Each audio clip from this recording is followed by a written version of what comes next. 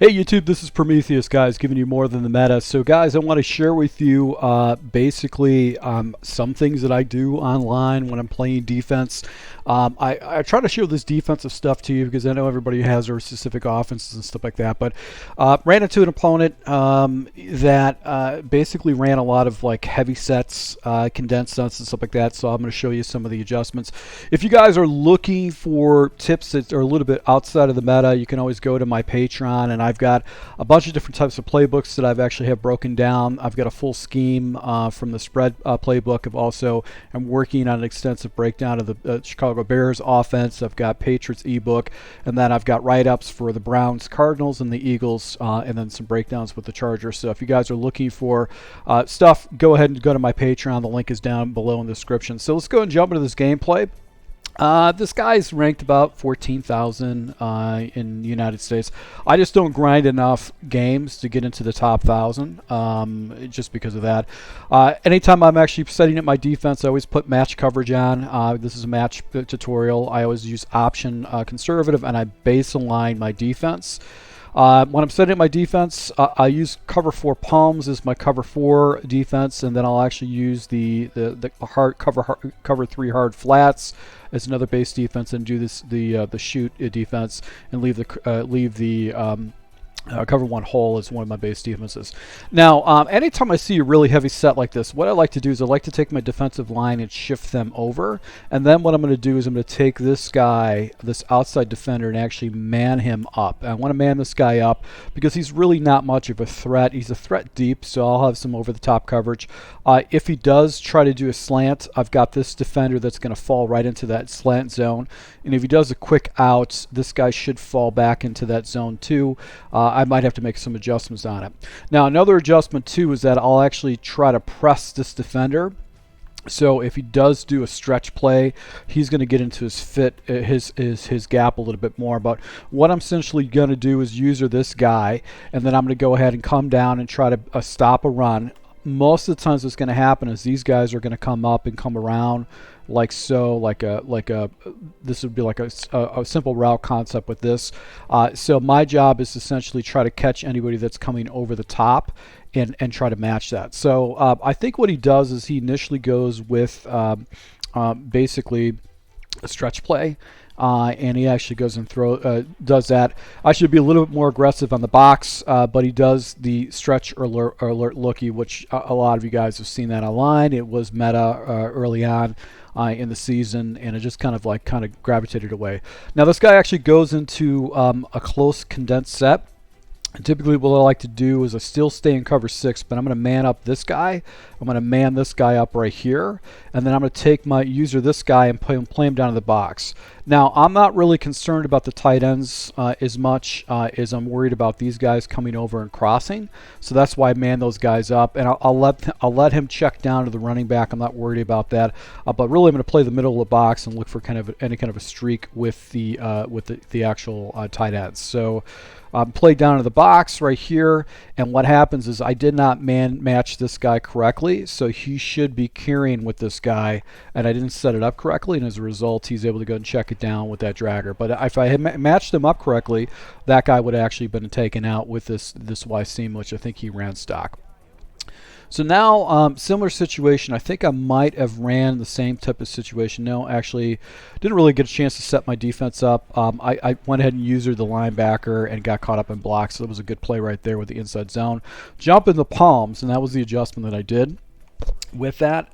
But it wasn't that great. Let's see if we jump into cover 6, and if I set this up correctly. All right, so I did set this up correctly. So I've got a soft squat out here, and I've got this guy, and I'm using this guy over the middle. So I'm really looking for any kind of a streak by the tight ends or any kind of a crossing route. Let's go ahead and see what happens with this. You can see, okay, so this is a good play. This guy's dragging. I've got this guy actually matching, then he's going to come back and go into the flat zone. He's going to come down to the flat zone, and my responsibility is this third wide receiver coming over the middle of the field. So you're going to watch firsthand on how I actually go ahead and matched everything, and he doesn't know what to do, and I actually get a coverage sack just because his reads are all messed up on that. So now he jumps into basically the set, and I think what I did is I went with an aggressive blitz. Now this is really not a good way to do an aggressive blitz because these guys are going into these gaps, and it's just this set is not good to use this type of a blitz in. But I was hoping to get some pressure off of it. Everything gets picked up. And he actually makes a great read. That's a really good read. He caught me in the wrong position. I should have had like a cover 4 blitz that I'm going after with him, but in that type of situation, he hits me with the right play. So set this up once again. I'm going to go and slide all my guys over. I've got this guy manned up, and essentially my responsibility is come down to the box. I should be pressing this guy down. That should be the goal. He goes with an off tackle, and look, this is contained, but he basically got a nice running lane right there. That should have never been 10 yards. That should have been maybe 8 yards or 2 yards at the most with that. So it should have been a 2nd and 8, but he actually gets a really good animation, or basically a good run animation, and play ran up off his guard. So back at it again. Basically, we go ahead and he does a nice little offside stretch. So I know he's spamming this stuff, and I know that what he likes to do to blend that play in is he wants to do some type of a vertical stuff, where I guess he's got a streak right there. So that's that's how he's running his scheme. So we'll adjust that later on with the scheme, and you'll see me catching him off guard. So right now I press. There's really not a threat. It's not like he can beat me deep over the top. So I'm going to go and press my guys down, and then I'm going to go ahead and close up my line. He goes with the stretch, and he gets a nice little broken tackle right there. Gets it down to the 3-yard line with the stretch alert looky. So he's spamming this play. It's all right. I'm just trying to capture this type of stuff. Now I jump into a defense that I just ran into with another opponent online. And the problem with this is I'm not familiar with making the adjustments. So I jump into this because I want to go ahead and prevent him from actually coming into any kind of a running play. And I'm trying to set my guys up right now, but I'm not setting it up correctly. I've got this guy out in the flat. I think I've got this guy in yellow. I got this guy in yellow, but this guy comes rushing in. He should be in a flat, and I didn't do that. So now I'm kind of scrambling, and he's able to go and hit this route right here on the backside. That should have been picked off because he did throw that a little bit early. If he waited and threw it and it was closer to the pylon, I would understand that. So that was a risky throw right there. He got away with one.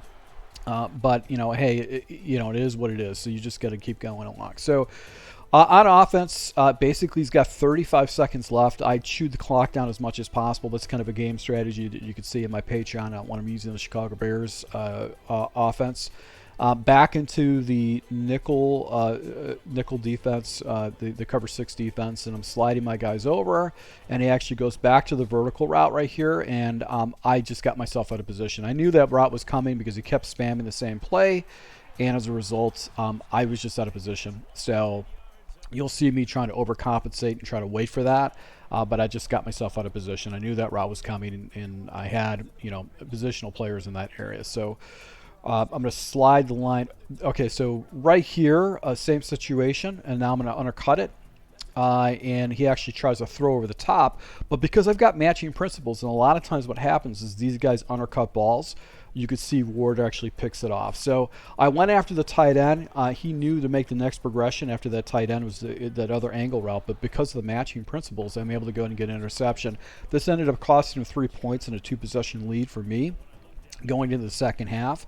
So now that was a huge turn in the game because he went from a situation where he could tie the game to a situation where he's gonna be still down by one possession based on it. So now he jumps into this particular play. So anytime I see the tight end bunch single back, most players run one play, and basically it's going to be drag, crosser, and then deep in. So usually what happens is I'm going to go ahead and just anticipate that the crosser is going to be something he's going to go to. So I'm going to go ahead and try to take away that crosser with my user. And I think what I did is I actually went ahead and did some zone drops right there to get into his passing lane. So you can see right here he actually drops it down to the flat. He only picks up 4 yards. So what that did is because he only picked up 4 yards, he basically probably thought that he really couldn't get away with that again. So now he jumps into strong close, And it is a tight formation, so a lot of times with tight formations, I'll go ahead and shift the line off. And I'll usually, with tight formations, I like to go ahead and man up this guy and man up this guy. But I think I ran the play stock just because I didn't know if he was going to streak things up. So what I did is I actually manned this guy up. So I've got a flat defender out here. So if he does a quick out, this is going to be bracketed and a quick out. If he goes deep, I've got this one guy that's going to carry the deep. And my responsibility with this user is to look for anything that's coming over the top. Over the middle, and if he wants to flood this side, that's fine. I've got a bunch of defenders in that area. So that's how I'm running my defense. You can see I'm carrying right now with this guy. This is the guy that I actually have to take away. And you can see he actually drops it down to the flat. And there was 2 defenders in the area, so that could have potentially got picked off. But he got away with one right there with the flanker drive concept, which he just basically quick snapped it. So let's see here if I actually set this defense up correctly. So once again, this is a defense I like to set up. I like to man these guys up, and then I leave these guys in soft squats. Sometimes I'll do hard flats.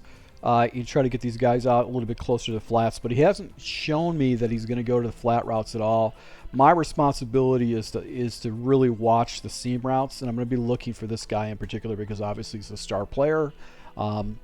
So I pulled the guys off a little bit. I'm following up the tight end, and he takes off with this running back or with his quarterback, and I'm able to go ahead and get a strip sack or a strip tackle right there and get the ball back and actually go up by another score. So that really made a huge difference in this game. So, from a psychological standpoint, now he's down by 2 possessions. He has to score 2 possessions. And I've got the opportunity to get a field goal if he gets the score, if he gets to 21-20, in the fourth quarter. So let's see if I actually see the play art. So this is where I like to do basically when I run cover 6, I can convert this into basically a cover 2 match. I'll turn this guy into a deep half. I'll put this guy into a soft squat, and then I'll put this guy into a vertical hook. So if these guys go vertical, they're going to match and follow. And my responsibility is to take care of the 3. So the running back actually slides out. I have to go and pick up the guy on the inside. And once again, this guy, he's just taking off this quarterback. So he doesn't really have any kind of defined reads so much in these different types of formations other than those heavy formations. But you can see I basically matched it correctly on what I needed to do with the route combination. So let's go ahead and see if I set it up correctly. And I can show you my play art. So once again, here's my play out. I've got a soft squat out here. I've got a deep half. I've got a vertical hook. And my responsibility is to look for the 3 wide receiver. My responsibility is to come down to the 3 wide receiver, and as a result, he actually hits me with a screenplay. I never had success with screenplays, but I see a lot of people that use them against me, and since I use a lot of match coverages, it is susceptible to that. So let's go ahead and see if what I do. I do match these guys up with the crossing routes, and actually I get myself a nice little sack right there, a coverage sack. So one of his blockers messed up against my defensive line, and he uses these crossing routes. So this guy's using the same plays over and over again, and I'm actually matching up pretty well against it. So once again, condensed sets. Now this is where I go into hard flats. I want to see if this guy's going to try to hit me in the flats, and I go ahead and drop my guys into man reads. And my responsibility is to defend against any kind of a tight end streak. So you can see how I can following up with that, and I get myself a phenomenal pickoff. He makes the right read. That's the right area, but I have a defender that actually jumped that route. And I see this happen with me all the time, where sometimes people try to hit that seam route on the left side, and as a result, I get an interception. So this guy's down essentially by 3 scores now in this game, and I'm pretty much in autopilot against him. Now, he actually does have a pretty good drive in this situation. Let's see here. I go ahead and I take away the crossing route right here. He actually had a good throw, but I think what happens is he kind of mix it up a little bit. I do a nice little run right there. I'm playing in the box right now for matching principles, but let's go and see. I press this guy down and I put him in a deep third, and and the reason I'm doing that is so I can get this guy down into a run fit, a little bit more aggressive with that. And right now you can see I'm actually doing crossing principles. So this guy, he had a shot over the top, but I don't think he saw it correctly. But you could see how these guys matched up, and I matched up with his tight end. By the time it was sacked, this guy was actually following up. So that play got pretty much locked up with me pressing and putting my guy in a deep third. So the tight end attack was a play that he's been spamming in this running scheme, and he just really can't keep it going. So once again, pressing everybody down, and I'm going to put this guy into a deep third, and then I'm actually looking for the crossing routes. He does take a shot underneath, and I get myself out of position. I didn't get flat enough for that, and he's able to go ahead and complete that on a 4th and 11. So I knew exactly where he was going. I just got the wrong positioning on it. So pressing it down once again. Now I actually go ahead and man align with this. I'm going to go ahead and put myself a deep zone out there. And he throws up to my deep zone, and I just get a bad animation. I run into my defenders. He gets a good broken tackle right there and gets the ball into the end zone. So that was just a cheap play. But this guy kept on using tight end attack and the stretch plays and stuff like that. And he was struggling against this match coverage. So that's why I like running match, is that it is a very difficult defense to read, and sometimes you make bad decisions. I'm able to go ahead and close out this game by milking the clock and picking up my victory. But once again, guys, thanks for your support. If you do like these tips, make sure you go ahead and hit the like button. And if you want more breakdowns of how I run my schemes, go to my Patreon right now. I can show you how I run my playbooks, offense and defense. So thank you for your support. Until next time.